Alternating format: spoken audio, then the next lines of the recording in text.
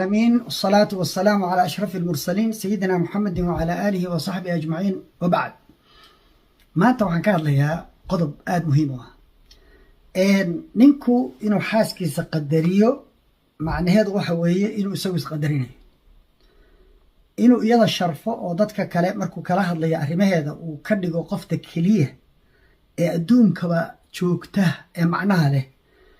macnaheedu wuxuu yahay isagu inuu isqadariyo sababtaan idiin sheegaya haddaad xaaskaaga liidid isla markaasna ay xaas kuu tahay horeyna loogu mahmay atayru yatiir maca shaklihi ama shimbirba shimbirkiisu la duula haddaadna nooceedaa tahay liid baadna tahay haddaad qiimayso kor u qaadidna oo aad macno u yeeshidna dee dadka agtooda macnaad ka leedahay qof naag macno la qaba oo sharaf leh asna macno leh baa tahay ilmahaaga markaad haweentaada la hadlaysid waa inaad u sheegtaa inaad iyada ka jeceshahay iyagoo dhan maxaa yeelay iyadaa iskiin bartay carruurteyda waxaan ku idhaahdaa I know you because of your mom therefore she comes first carruuray hooyadiin baa aniga agteyda iiga kiin qiimo badan waxaan idinku aqaan iyadaa kiin bartay iyada iyo anigaa saaxiib ahayn idinkoon jirin xaggee marka ka soo geli kartaan saaxiibtinimadaa raagtay oo gaamurtay waxaan rabaa inaan idiin sheego qurbaha waxaan ku arkay xaasas aad loo dayacay oo dacwadoodu in badan ay soo gaartay dhib badanna qaba dhibaatadooda marka laba qolo ayay ku aadan tahay labaduba waa rag mid waa kii carruurta ka dhalay oo ku dayacay ilmihii midna waa wadaadka masaajidka jooga oo markay dhib iyo dhibaato ay la kulanto oo ay u timaado aan ka hoos qaadayn oo la tacaatufayn oo aan garab istaagayn oo hadday u baahato in maanta dabka loo shido aan dabka u shidayn oo hadday u baahato in ninkii lasoo qabto oo markaa loo maxkamadeeyo hadduu diido inuu dhaqdana dalqadihiina uu u diido qaar baa dalqadaha u diidayo 20 sano iyo 10 sano iyo iska qabaya naaguusan la deganayn dhiilna siin wadaadada masaajidka markay u timaadana waxay leeyihiin ord reerihiina aad markii loo baahda lacag in la ururiyo masaajidkana waxaa lacagta bixiyaa waa haweenka waxaasoo dhan waa facts intaa markay jirto wadaadkaasu kama dulmi yara ugamana dhib badna haweenka nala jooga North America khaasatan iyo Yurub kii carruurta ku xumeeyey oo suuqa iska fadhiya magaaladu ka shaqaysta qaar baa waxaa jira waxay leeyihiin ma siinayno child support ha raadsato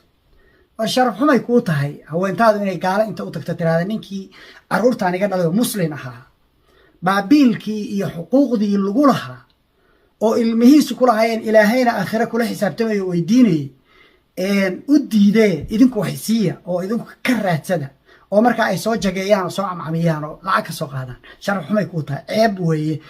qurbaha aan joogno xataa ceeb bay ka tahay oo gaaladii bay agtooda ceeb ka tahay ninku inuu child support bixiyo waxaa ka fiican inuu isagu bixiyo oo caadi u siiyo haweentana uu ka kaafiyo inay aado child support ma ujeeda gobonnimada iyo islaamnimada iyo waxaasoo dhan waa laga soo dhaqaaqay soomaalida horey baa waxaa loogu mahmahay sayidkaa gabay ka tiriyey raxmatullaahi caleyh kelmaddii wuxuu yidhi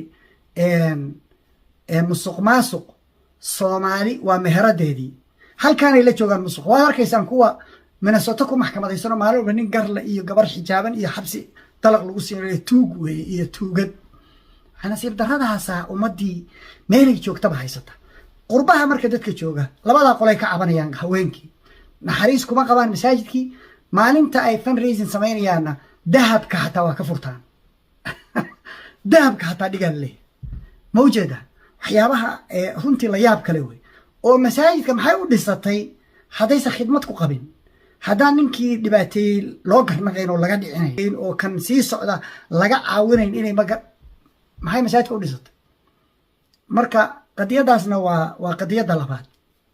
dhallinyarada ay soo hartay youthka ku nool North America gaar ahaan waxay ku nool yihiin nolol runtii dhib badan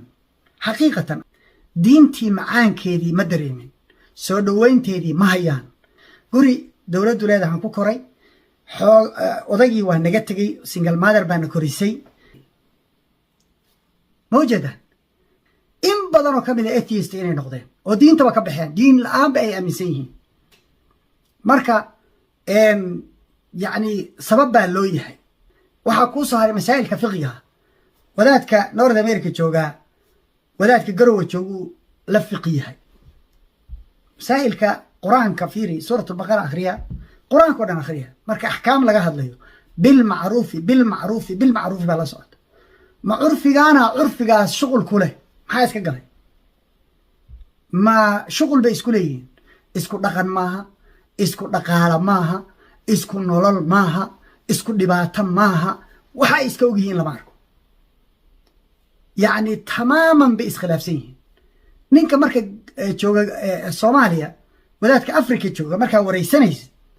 oo mas'ala halkan ka jirta ka wareysanaysid isagana afdheeri bay u tahay inuu ka jawaabo adigana aqoon xumay kuu tahay